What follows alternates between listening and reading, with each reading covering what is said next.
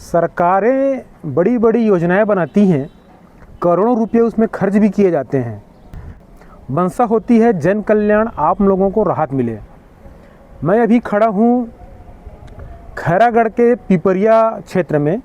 मेरे पीछे जो आप देख रहे हैं जो कॉलोनी, ये अटल आवास योजना अंतर्गत ये कॉलोनी बनी थी। इसमें 2,44,00,000 और 26,000 रुपये खर्च किए गए थे। 169 यहाँ पर मकान बनाए गए।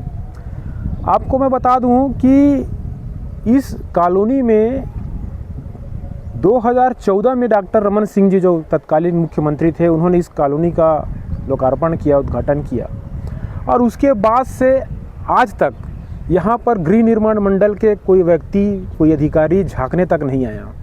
आपको बता दूं कि समस्याओं का बड़े जंजाल के बीच ये घिरा हुआ जो कॉलोनी है, यहाँ पे आज तक सड़कें नहीं बन पाई हैं। मुरम की सड़कों पे लोग चलते हैं, बारिश में बहुत परेशानियाँ होती। इसके अलावा अगर हम वहाँ पर बात करें तो पानी की समुचित अवस्था नहीं है। जब हमने नगर पालिका में बात की तो बात पता चला कि पहले ये चर्चा चली थी कि हाउसिंग बोर्ड की जो एक कॉलोनी है अटल आवास, इसको नगर पालिका को हैंड ओवर कर दिया गया था। नगर पालिका में जब हमने बात की तो वहाँ पे कोई स्पष्ट जानकारी वहाँ पर नहीं दी गई। तो आपको बता दूं कि हाउसिंग बोर्ड ने यहाँ पे कोई समुचित अवस्था यहाँ पर नहीं की है। सड़क की कोई व्यवस्था नहीं है, पानी निकासी के लिए जो नाली की एक अच्छी व्यवस्था होनी चाहिए थी वो भी नहीं है। तो बारिश में बड़ा समस्याओं का यहाँ पर सामना करना पड़ता है। सबसे बड़ी समस्या ये आ रही है कि एक निश्चित जगह में कंस्ट्रक्शन और ओपन एरिया होना था। जो मकानों में अधिकांश जगहों में अवैध कब्जे कर लिए गए हैं। कुछ लोगों ने अपने सामने मकान को रिकंस्ट्रक्शन कर लिया है। कुछ शिकायतें, अभी कुछ दिन पहले शिकायतें यहाँ पर आई थी कि 3 जो मकान है उसके 3 मकान के पीछे किसी ने पूरा अवैध कब्जा कर दिया है। पीछे खिड़की और दरवाजे तक को बंद कर दिया गया है। तो जो रसूखदार जो लोग हैं, जिनकी शासकीय और राजनीति में जो बड़ा उनका जो पहुँच है, वो इस तरह की भी हरकत करने से बाज नहीं आ रहे हैं। मैं आपको बता दूं कि यहाँ पे नगर पालिका का पाइपलाइन बिछा हुआ है। नगर पालिका का जो पंप हाउस जो है, वहाँ से यहाँ पर पानी सप्लाई की जा रही है। हाउसिंग बोर्ड ने जो एक पंप हाउस ज़रूर स्थापित किया है, लेकिन वहाँ से समुचित पानी की व्यवस्था नहीं हो पा रही है। तो लोग काफ़ी तकलीफ में हैं। और बड़ी समस्या यहाँ पर ये आती है कि अभी आगामी विधानसभा चुनाव होना है नवंबर दिसंबर में। खैरागढ़ में तमाम तरह की बातें हो रही हैं। सामंतवाद की बात होती है, जातिवाद की बात होती है, वंशवाद की बात होती है, लेकिन जनता के मुद्दों की बात नहीं हो रही है, जनता की समस्याओं की बात नहीं हो रही है। अटल आवास योजना में करीब हज़ारों लोग यहाँ पर रह रहे हैं, लेकिन उनकी समस्याओं को लेकर के यहाँ ना कोई कांग्रेस का कोई व्यक्ति सूद ले रहा है, ना भारतीय जनता पार्टी के कोई लोग सूद ले रहे हैं।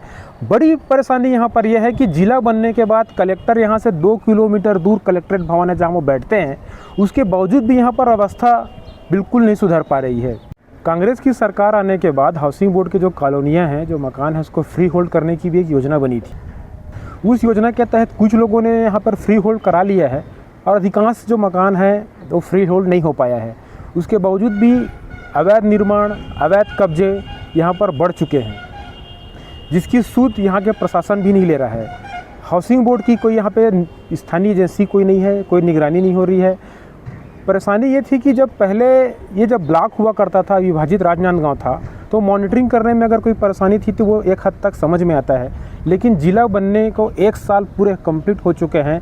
कल यहाँ पर जिला स्थापना दिवस का एक बड़ा समारोह भी आयोजित किया जा रहा है, लेकिन खैरागढ़ नगर पालिका जो जिला मुख्यालय भी है, खैरागढ़ नगर पालिका सीमा क्षेत्र में कॉलोनी आती है, उसके बावजूद भी यहाँ पर किसी भी तरह की कोई भी राजनीतिक दल भी यहाँ पर पहुँच नहीं रहे हैं। स्थानीय पार्षद यहाँ पर हैं दिलीप लहरे जी, उनसे लोगों ने शिकायत की अवैध कब्जे को लेकर के, परेशानियों को लेकर के, सड़क, नाली, बिजली को लेकर के, लेकिन कोई बड़ा समाधान यहाँ पर होता कहीं भी नज़र नहीं आ रहा है।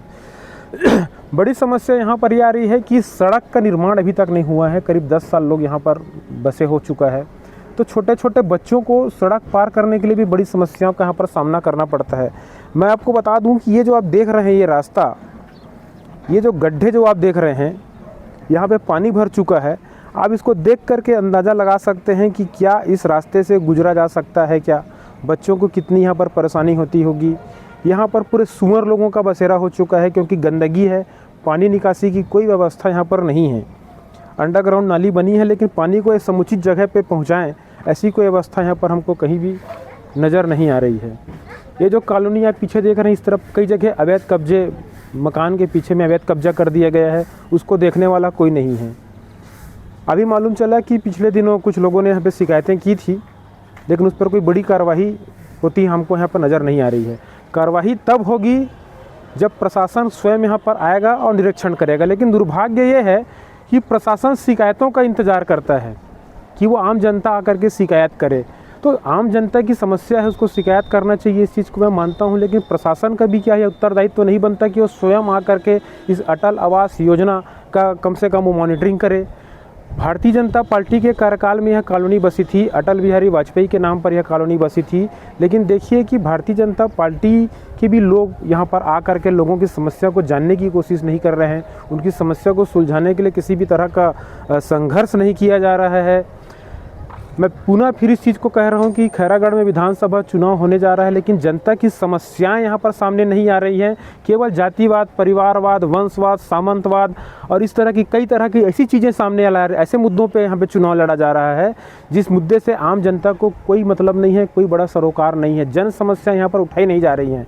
मैं आपको एक चीज़ और यहाँ पर बता दूँ कि अटल आवास योजना की जब शुरुआत हुई तो उसी के टाइम यहाँ आप देखेंगे ये जो खाली प्लाट जो आपको यहाँ पर दिख रहा है, जो यहाँ पे दीनदयाल उपाध्याय योजना के तहत भी गरीब लोगों के लिए 2 BHK का मकान बनाने की एक योजना प्रस्तावित थी, लेकिन ये जगह खाली पड़ा हुआ है। और दीनदयाल उपाध्याय योजना के तहत क्यों मकान नहीं बने, क्यों कॉलोनी डेवलप नहीं हुआ, इसका जवाब ना खैरागढ़ के किसी राजनीतिज्ञों के पास है, ना किसी भी प्रशासनिक अधिकारियों के पास है।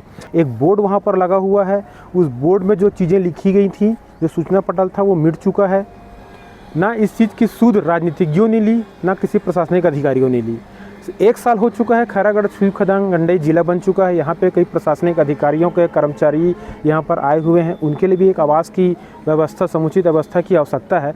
अगर ऐसी स्थिति में अगर दीनदयाल उपाध्याय योजना की फाइल को पुनः खोल करके उस योजना को खैरागढ़ में अगर लाया जाए या उससे जुड़ी कोई योजना हो, क्योंकि ये योजना काफ़ी पुरानी हो चुकी है दीनदयाल उपाध्याय योजना, अगर उसी से जुड़ी कोई एक खाली प्लाट का अगर इस्तेमाल किसी कॉलोनी में कर दिया जाए तो प्रशासनिक स्तर के जो कर्मचारी और अधिकारी आ रहे हैं उनके रहने के लिए भी, उनके आवास के लिए एक समुचित व्यवस्था यहाँ पर हो सकती है।